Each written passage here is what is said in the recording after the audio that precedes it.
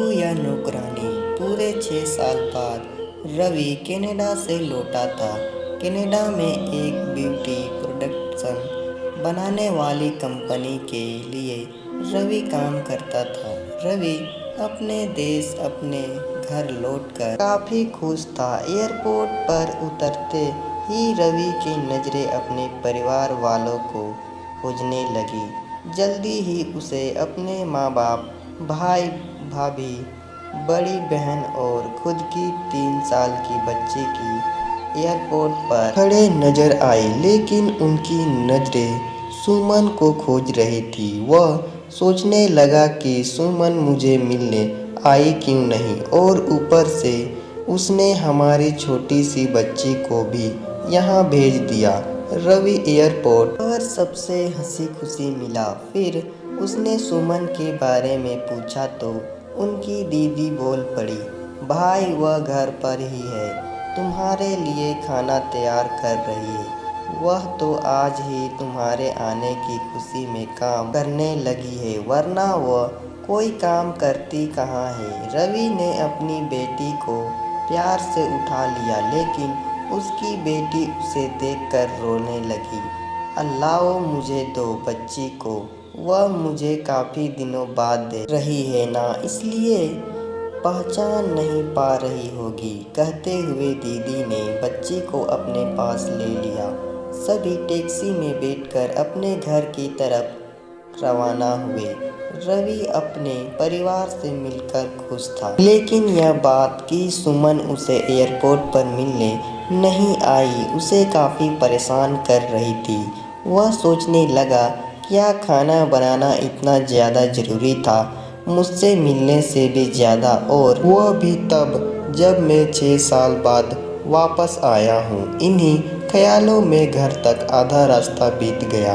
अब उसकी बच्ची उसे देखकर रो नहीं रही थी, इसलिए रवि उसके साथ खेलने लगा। बाकी का आधा रास्ता भी खत्म हुआ और सब घर पहुंच गए। गाड़ी की आवाज़ सुन सुमन बालकनी में आकर खड़ी हो गई और रवि की तरफ देखने लगी। रवि भी जैसे ही गाड़ी से उतरा, उसने पहले दरवाजे की तरफ और बाद में बालकनी की तरफ नजरें घुमाई, जैसे वह सुमन को ही देखना चाहता हो। रवि से नजरें मिलने से सुमन के चेहरे पर मुस्कान झलक पड़ी। रवि भी उसे देखकर हल्के से मुस्कुरा दिया। सभी घर के अंदर गए। सुमन सबके लिए पानी लेकर आई और सभी को पानी देने के बाद फिर से किचन में चली गई चाय बनाने के लिए। थोड़ी देर तक सभी परिवार वालों से बातें करने के बाद रवि सुमन को बुलाने लगा। माँ ने उसे बीच में टोकते हुए कहा, रहने दो उसे, किचन में थोड़ा काम कर लेने दो, बाद में अपने आप आ जाएगी। तुम बैठो यहाँ मेरे पास, वैसे भी कहाँ ज़्यादा काम करती है वह। रवि यही बात दूसरी बार सुमन के बारे में सुन रहा था। अब उसने सोचा कि मेरे परिवार वाले मुझसे झूठ थोड़ी ना बोलेंगे, हर दिन नहीं होता होगा उनको, इतना काम आज थोड़ा सा है, करने देते हैं, मैं बाद में उससे बात कर लूँगा। रवि अपने परिवार वालों से बातचीत में मगन हो गया। एक के बाद एक रिश्तेदार और पड़ोसी रवि को मिलने आते रहे और सुमन को किचन से बाहर निकालने का समय ही नहीं मिलता। सभी के लिए चाय बनाना, नाश्ता बनाना, यही करते करते शाम हो गई। शाम होते ही अकेली सुमन इस बड़े से परिवार का खाना बनाने में जुट गई। 2 घंटे बाद सभी परिवार वाले खाना खाने के लिए डाइनिंग टेबल पर बैठे थे, सिवा सुमन के। रवि चाहता था कि सुमन भी उसके साथ बैठकर सब खाना खाए, लेकिन फिर माँ ने कहा, अगर वह भी खाना खाने बैठ जाएगी तो सबको परोसेगा कौन। सभी के खाना खाने के बाद सुमन ने अकेले खाना खाया। रात को सोने के वक्त रवि और सुमन अच्छे से मिल पाए। रवि सुमन के साथ काफ़ी बातें करना चाहता था, लेकिन वह उसके चेहरे पर थकान और नींद अच्छे से देख सकता, इसलिए उसने सुमन को परेशान ना करने का फैसला किया और उसे सोने दिया। सुमन सोने ही वाली थी कि उसकी छोटी बच्ची रोने लगी, तो सुमन तुरंत उठकर उससे दूध पिलाने के लिए चली गई। रवि कब सो गया उसे पता ही नहीं चला। जब सुबह बच्ची की रोने की आवाज़ आने लगे तो सुमन उठा और सुमन को पुकारने लगा। जब सुमन पास नहीं दिखी तो उसने बच्चे को चुप कराया और फिर से सुला दिया। रवि बाद में सुमन को देखने लगा तो सुमन उसे फिर से किचन में मिली, जो सुबह सुबह ही जल्दी उठकर घरवालों के चाय नाश्ते की तैयारी में लग गई थी। अब रवि सोचने लगा, माँ और दीदी तो कहती थी कि सुमन ज़्यादा काम नहीं करती, लेकिन जो मैं देख रहा हूँ वह तो कुछ और ही है। रवि अब सब समझ गया था, पर वह अपनी माँ को ऐसा नहीं बोल सकता था कि सुमन से ज़्यादा काम ना कराया करो, इसलिए अब उसने खुद ही सुमन की मदद करना शुरू कर दिया था। रवि ने हाथ बटाने से सुमन को थोड़ा अच्छा लगने लगा था। पहले जहां उसका चेहरा थकान से उतरा रहा था, अब उस पर थोड़ी थोड़ी चमक आने लगी थी। रवि ने कुछ दिनों में ही यह महसूस कर लिया था कि सुमन अब वह सुमन नहीं रही जिसे रवि शादी करके लाया था। वह तो कोई और थी जो तोते की तरह बोलती थी, और यह सुमन तो बिल्कुल चुप है, गुमसुम है। ऐसा लगता है जैसे किसी के दबाव में हो, किसी डर की वजह से सहमी हुई हो। रवि सुमन को उसके काम में और ज़्यादा मदद करने लगा। रवि का ऐसा व्यवहार अब घर वालों को खटकने लगा।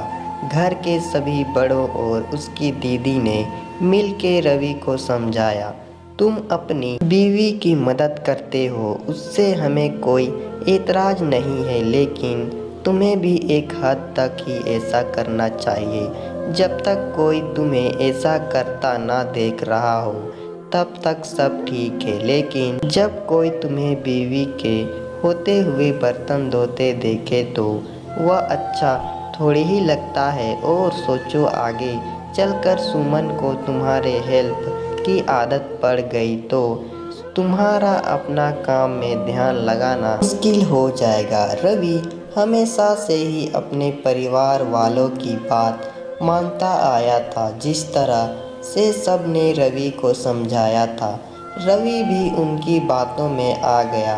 अब रवि सुमन की मदद करने से कतराता था। कभी कभार वह बच्चे के लिए दूध गर्म कर लिया करता, उससे ज़्यादा कुछ नहीं। घर वालों ने रवि को विदेश जाने से मना कर दिया और कहा कि यहीं पर कुछ काम कर लो। रवि ने अब घर से ही ब्यूटी प्रोडक्ट ऑनलाइन बेचना शुरू कर दिया। उसका परिवार भी बढ़ गया। अब उसे 2 बेटियां और 1 बेटा था। दोनों बेटियां स्कूल जाने लगी थी, लेकिन बेटा अभी भी छोटा था। जितना रवि कमाता था उतना सबके लिए काफ़ी ना था। काफ़ी सोच विचार करने के बाद रवि ने यह फैसला किया कि वह अब सुमन के साथ शहर में जाकर रहेगा, जहां पर सुमन भी काम कर पाएगी और वह घर से ही अपने ब्यूटी प्रोडक्ट बेचना शुरू रखेगा। इस तरह से वे अपने पैसों की तंगी को पूरा करेंगे। परिवार वालों ने भी रवि को इजाज़त दे दी।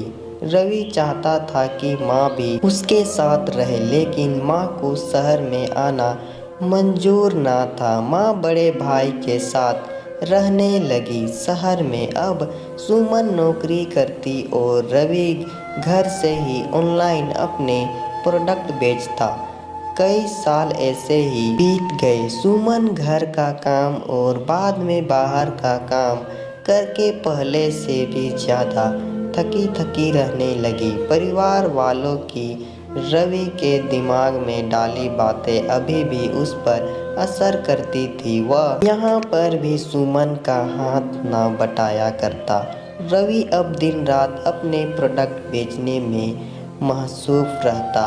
कभी कभी सुमन उससे कहती कि मुझे अच्छा नहीं महसूस हो रहा है, मुझे डॉक्टर के पास ले चलो। वह हाँ कह देता, लेकिन अपने काम में इतना खो जाता कि कभी उसको डॉक्टर के पास ले ही नहीं जाता। सुमन तो बीमार थी, लेकिन एक बार रवि बहुत ज़्यादा बीमार हो गया। इतना बीमार हो गया कि उसे अस्पताल में भर्ती करवाना पड़ा। अस्पताल में रवि के पास सिर्फ सुमन थी और कोई नहीं।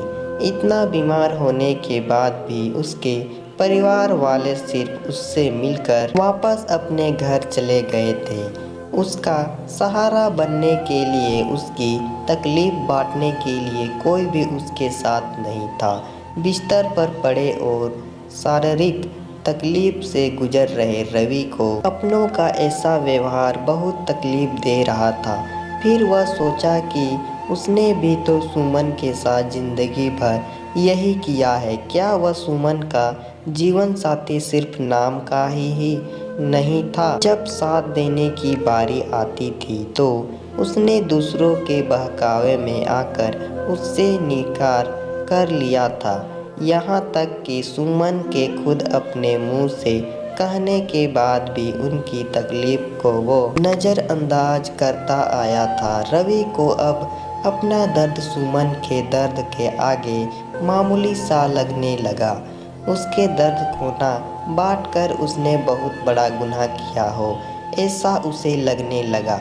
पश्चाताप के आंसू रवि की आंखों से बहने लगे। उसने अपनी सारी गलतियों और गुनाहों के लिए सुमन से माफ़ी मांगी। दोस्तों, जीवन साथी का मतलब होता है जीवन के हर उतार चढ़ाव में, जीवन के हर मोड़ में जो साथ दे। साथ होने और साथ देने में उतना ही फ़र्क होता है जितना सिर्फ वादा करने में और सचमुच वादा निभाने में होता है।